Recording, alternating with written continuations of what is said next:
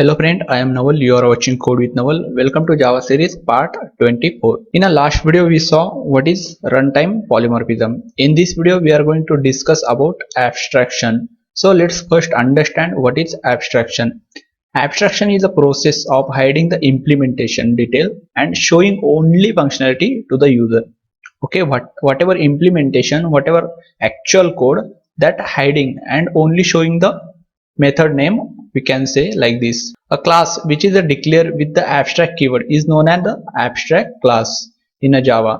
It can have an abstract and non-abstract method. Class body. There are two types of abstract classes. One is the abstract class that we declare as an abstract keyword. In that class may or may not abstract method. That's why it's possibility to 0% to 100% abstract class. But second we have an interface. Interface is a 100% abstract class because we can't define a implementation inside a abstract class. Only we can define a abstract method inside a interface. That's why it's a 100% abstract class. Interface is a 100% abstract class. Remember this two things.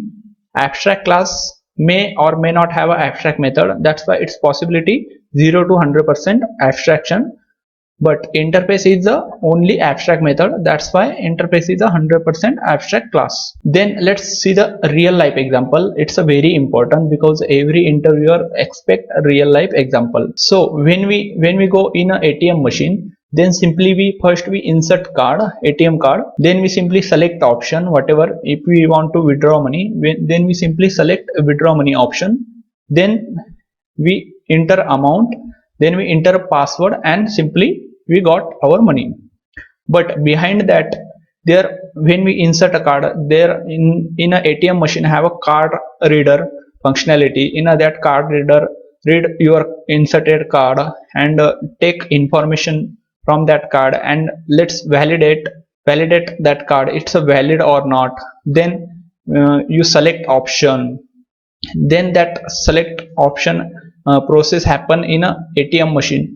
Then you enter password, that password authenticate to the bank account, to the bank database password.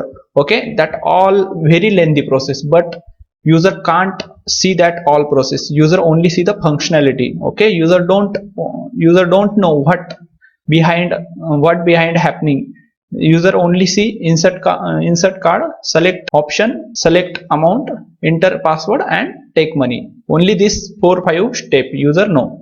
But inside the ATM there are happening so many operation, as well as when you take money, when you enter password, that time let's inside a ATM machine, their money available or not. Okay, that current, that if you enter 500, then ATM check they are available or not that much money. Okay, that all functionality happening inside the ATM. But user can't see that. User only see the functionality, because and ATM machine don't want to show all these things in a user because it's a security purpose. Okay, user only see their functionality.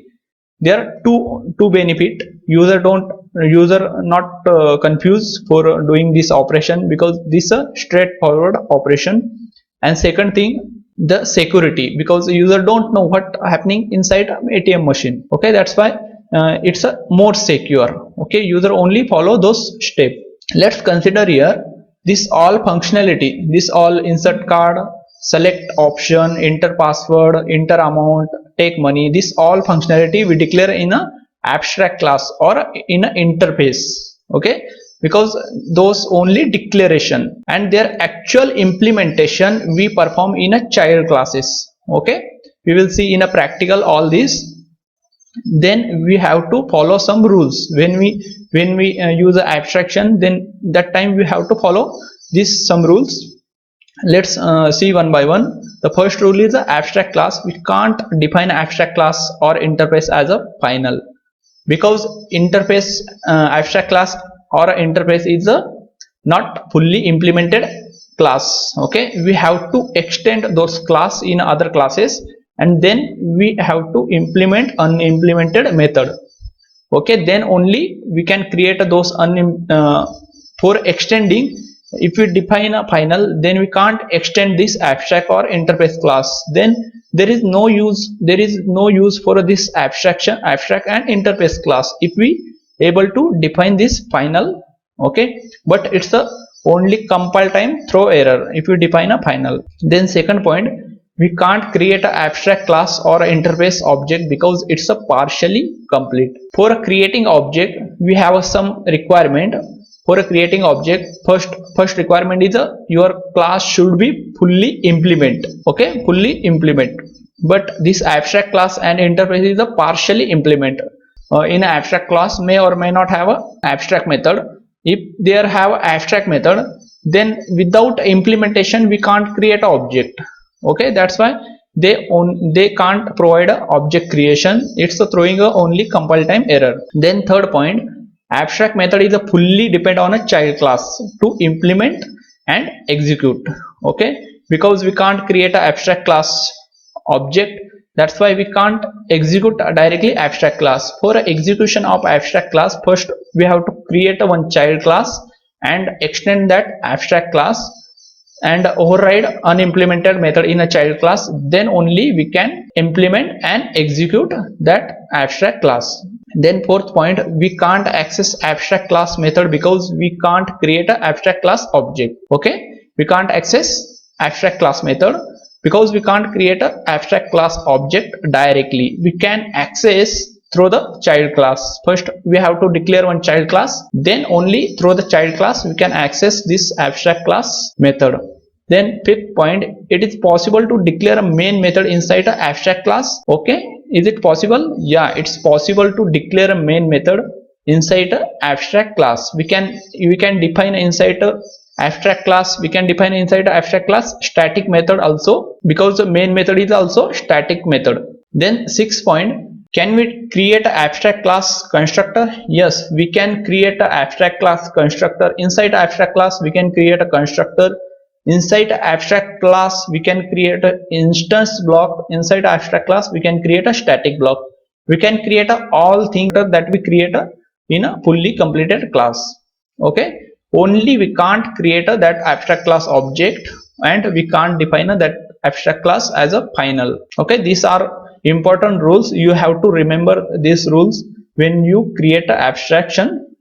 And this rule may be interviewer can also ask what rule we have to follow when we create an abstraction. Okay, that's why remember this 6th rule. Then we have two types of classes as we saw already.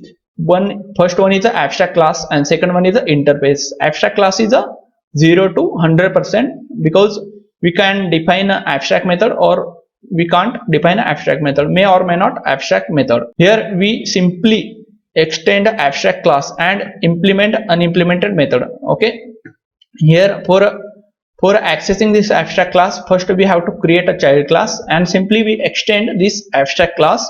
Then inside a child class we have to implement unimplemented method. For a declare abstract class and abstract method we have to use the abstract keyword. Okay, in abstract class we have to specify this class is our abstract class. For specifying abstract class we have to add their abstract keyword. Okay, for a specify abstract method we have to add their abstract keyword in a method. In this video we will see this abstract class. In the next video we will cover this interface. So let's open Eclipse and perform this abstract class. Okay, simply I'll open Eclipse and I'll create here one class.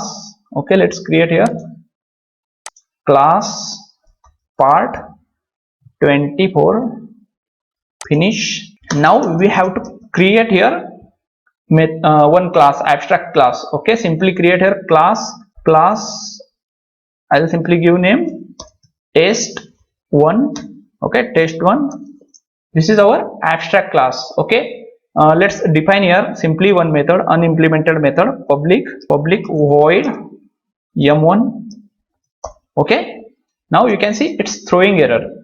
Okay, it's this. If we define something like this method, then we have to change class is a abstract. If I click here, then you can see this method change abstract. Okay, now we have to remove this public. Oh, okay, we can remove or we can keep this public, no matter. Then again you hover then you can see this abstract make a type test1 abstract.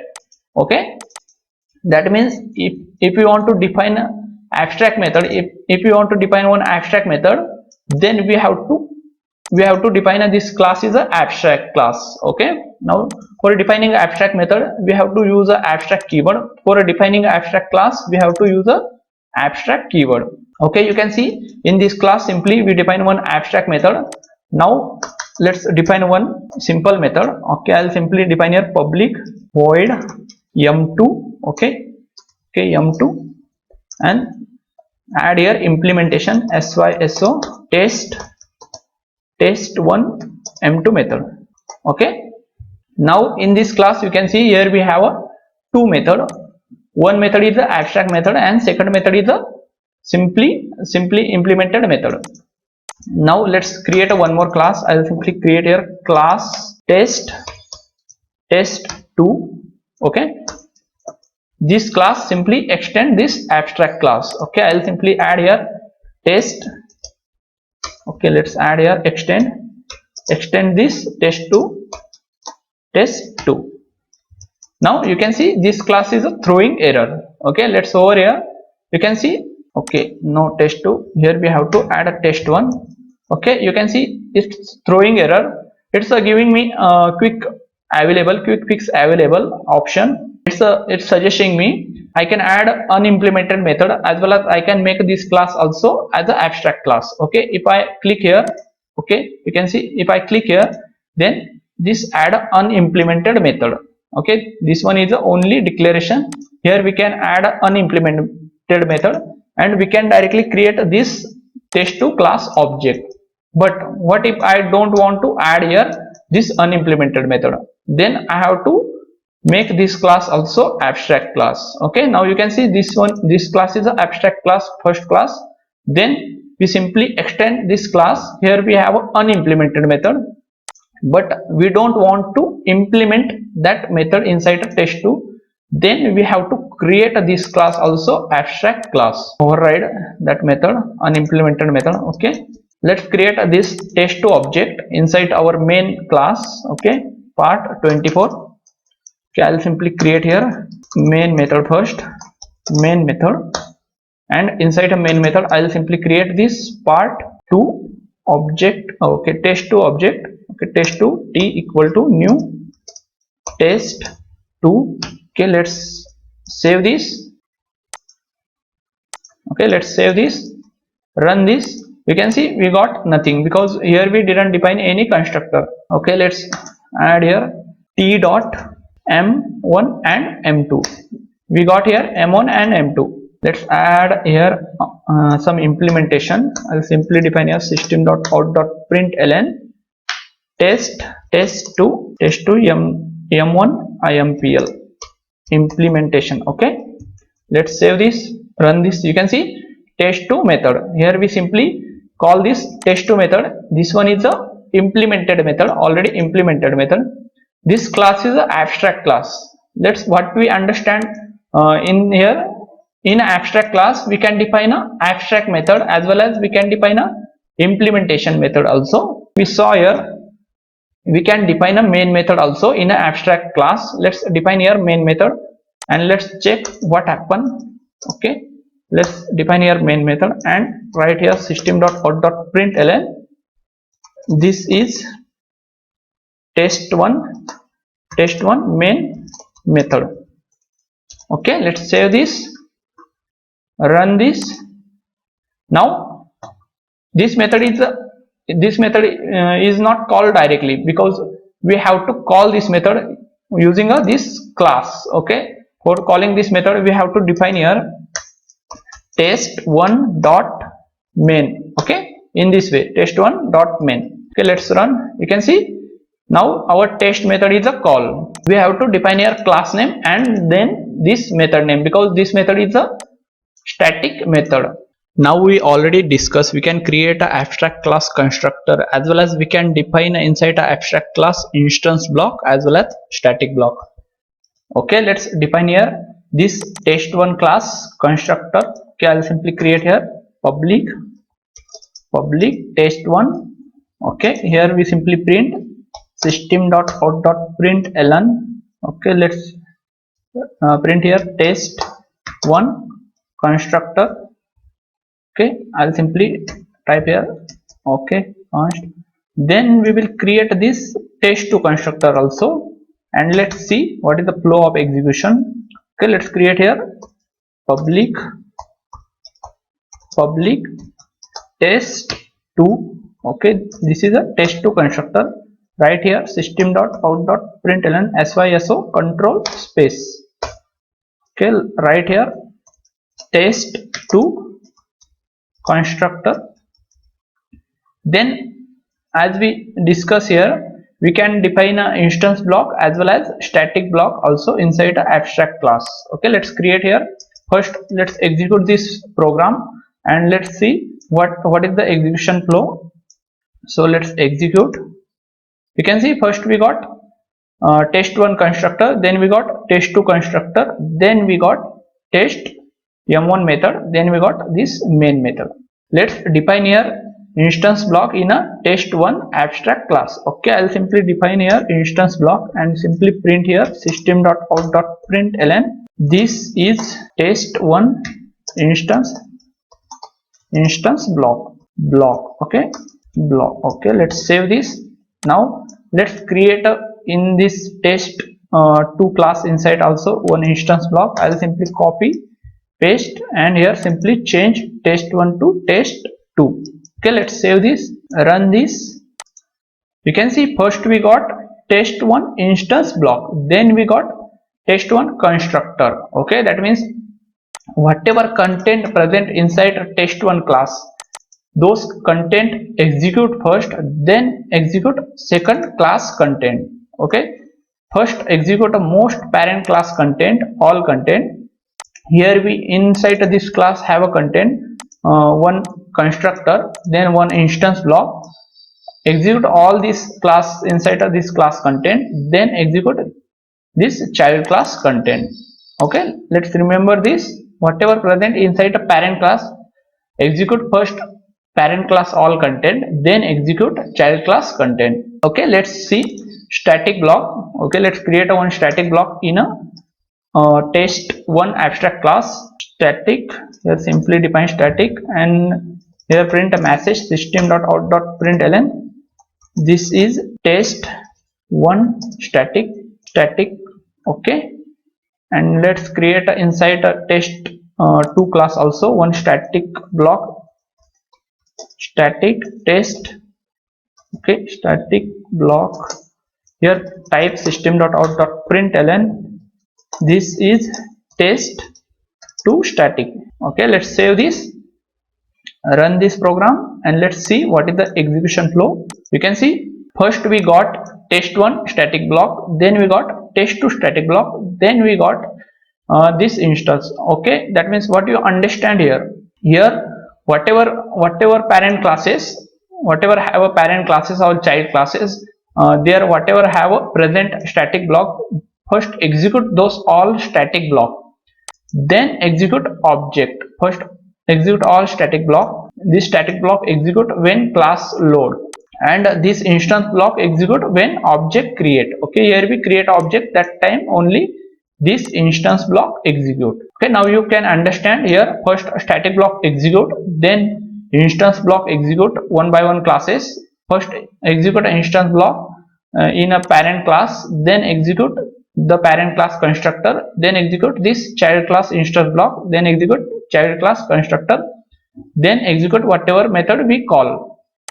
Okay, in this way this abstraction happen. In abstract class we can define an abstract method as well as normal method. We can understand that in abstract class we can define a static method as well as we can define a main method. Also we can define a static block and instance block.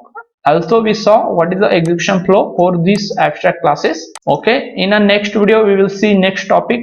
Okay, let's bye bye.